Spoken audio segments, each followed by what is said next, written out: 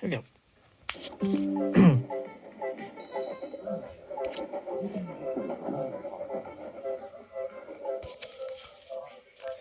Toby is a tram engine.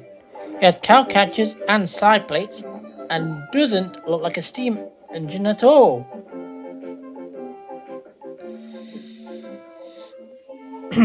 He has a small coach called Henrietta, who has seen better days, of course.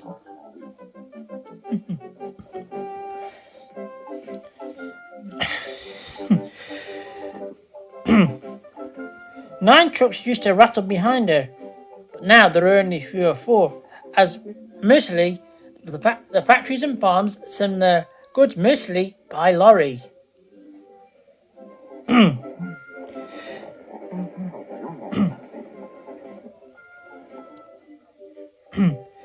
The cars, buses and lorries often have accidents.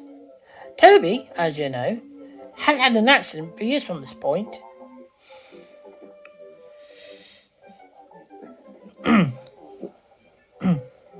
One day, he found a family waiting on the platform. It, of course, was the Fat Controller, but Toby didn't know this yet.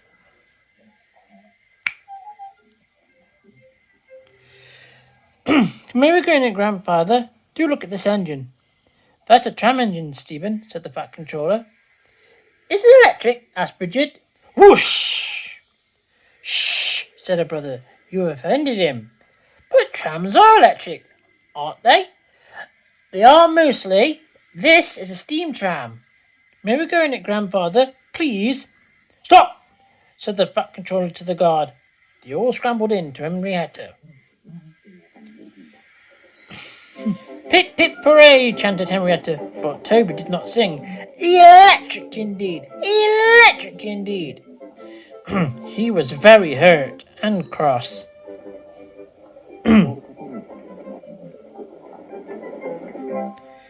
What is your name? Said the Fat Controller.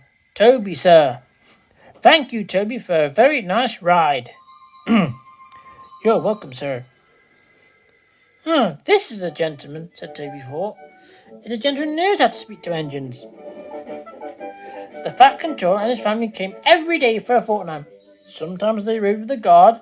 Hell, sometimes they rode in empty trucks. On the last day of all, the driver allowed to ride them in the cab. Pretty good, eh? Yeah. All was sorry when they had to go away, and the Fat Controller and his family thanked everyone. Thank you for a lovely time, Toby. Please come again. We will, replied the children, and they waved till Toby was out of sight. The months passed.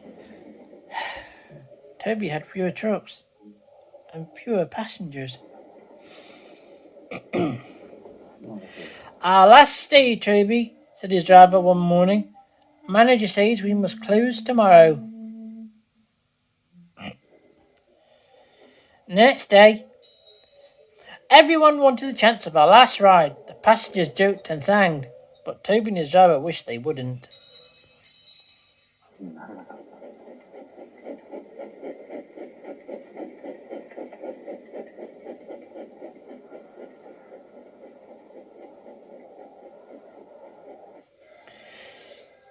Goodbye, Toby, said the passengers afterwards. We are sorry your line is closing down. So am I, said Toby. Nobody wants me, thought Toby, and went on happily to sleep. Next morning, the shed doors were flung open, and he woke with a start, seeing his driver waving a piece of paper. Wake up, Toby, he shouted. There's a letter from the stout gentleman. Toby listened then. But, folks, I can't tell you any more, or it'll spoil the next story. Bye!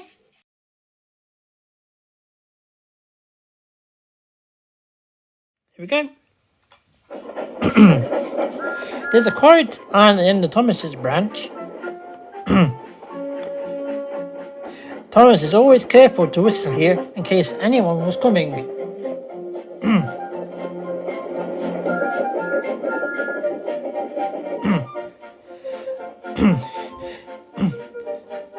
Thomas liked policemen. He had been a great friend to the constable that just retired. One day, a large policeman stood close by the road. Thomas whistled. Good morning. Thomas hoped that the new constable would be friendly too, but I'm sorry to say, he didn't look friendly at all. He was red in the face and very cross. Disgraceful, he sputtered. I didn't sleep a wink last night, and now engines come whistling behind me. I'm sorry, sir. I only said good morning. The policeman pointed to Thomas. Where's your cowcatcher? He said. But I don't catch cows. Don't be funny with me. He looked at Thomas's wheels. No side plates either. He wrote in his book. Engines going on public roads must have their wheels covered and the cowcatcher in front to prevent people and animals from being dragged under the wheels and straight onto the line. You haven't, so you are dangerous. Rubbish, said Thomas's driver. We've been along here hundreds of times and never had an accident. That makes it worse, said the policeman. He wrote regular lawbreaker in his book. Oh dear. Thomas puffed sadly away.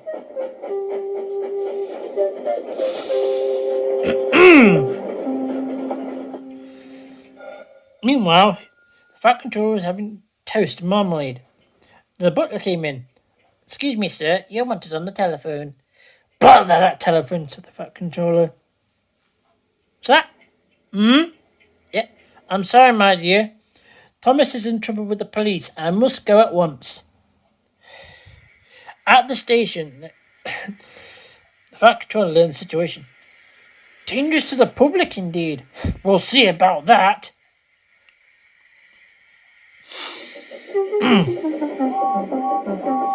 No matter how they argued, it just wouldn't. The law is the law, said the policeman, and we won't change it. The fat controller felt exhausted. I'm sorry, he said. At last, we'll have to make those cowcatcher things for Thomas, I suppose. But everyone will laugh, sir. They'll say I look like a tram. The fat controller stared. Then he laughed. Well done, Thomas. Why didn't I think of it before? We want a tram engine. When I was on my holiday, I met a nice little engine called Toby. He takes trucks from farms and factories, but the lorries are doing most of his work and he needs a change. He has cowcatchers and side plates. I'll write to his controller at once.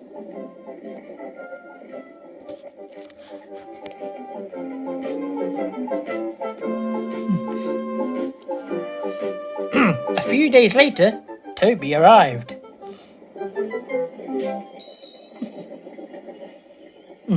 Hello there, Toby. I see you bought your coach, Henrietta. You don't mind, do you, sir?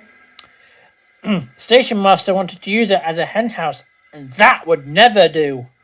No, indeed, said the fat controller. We wouldn't allow that.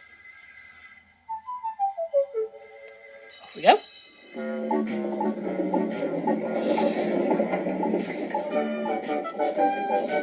They pushed along the line once more.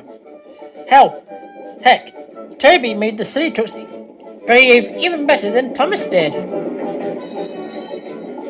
Oi, you!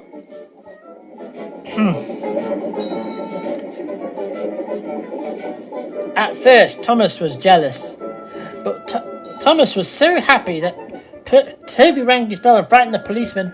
They've been firm friends ever since. And how's that for an happy ending, folks?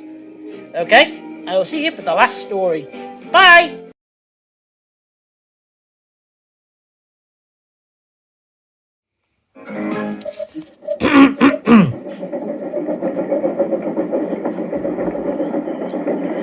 Toby and Henrietta were enjoying their new life on the island of Sodor, but they do look old-fashioned and need new paint. James was very rude whenever he saw them. Ugh! What dirty object, he would say. At last, Toby lost patience. James, he asked, why are you red?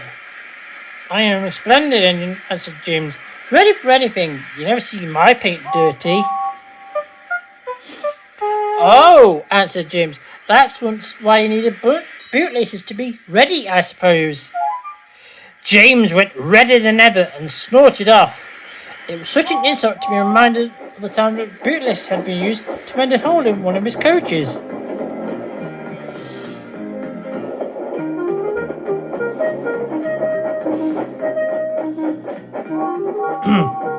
James left his coaches and got ready for his next train. It was a slow good. Stopping at a station and set down trucks. James hated slow goods trains. Ugh! Dirty trucks from dirty sidings. Ugh! And I mean, ugh!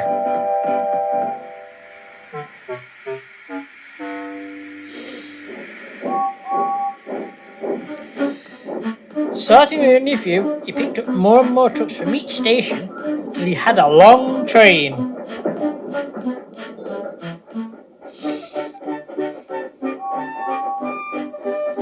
At first, the trucks behaved well, but James had bumped them so crossly that they were determined to pay him back.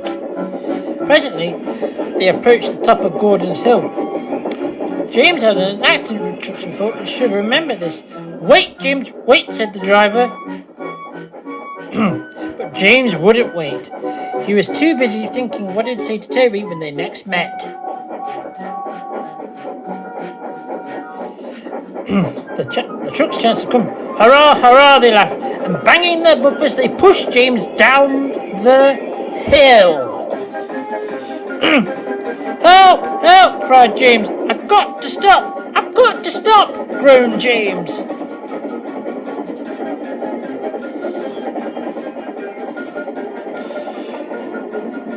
Through the station they thundered.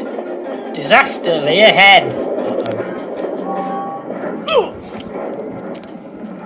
Ugh. Something sticky splashed all over James. He had run into 2 tug wagons and was black from smoke bags to cab.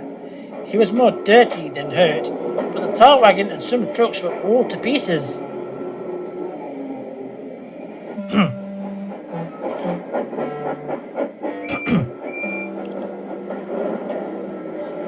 Toby and Percy were sent to help and came as quickly as they could.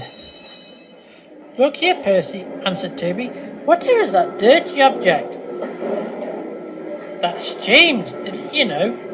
"It's James's shape," said Toby. "James is a splendid red engine, and you never see his paint dirty." James pretended he hadn't heard. Percy and Toby cleared the unhurt trucks and helped James home.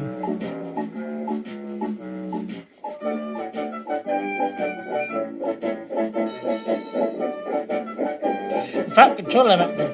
"Well done, Percy and Toby." He turned to James. "Fancy letting your trucks run away. I am surprised. You're not fit to be seen. You must be cleaned at once. Toby shall have a new coat of paint." "Please, sir, may Henriette have one too?" said Toby. "Certainly, Toby," said the Fat Controller. "Oh, thank you, sir. She will be pleased."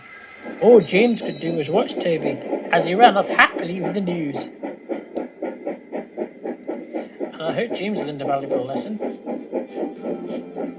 Okay, bye!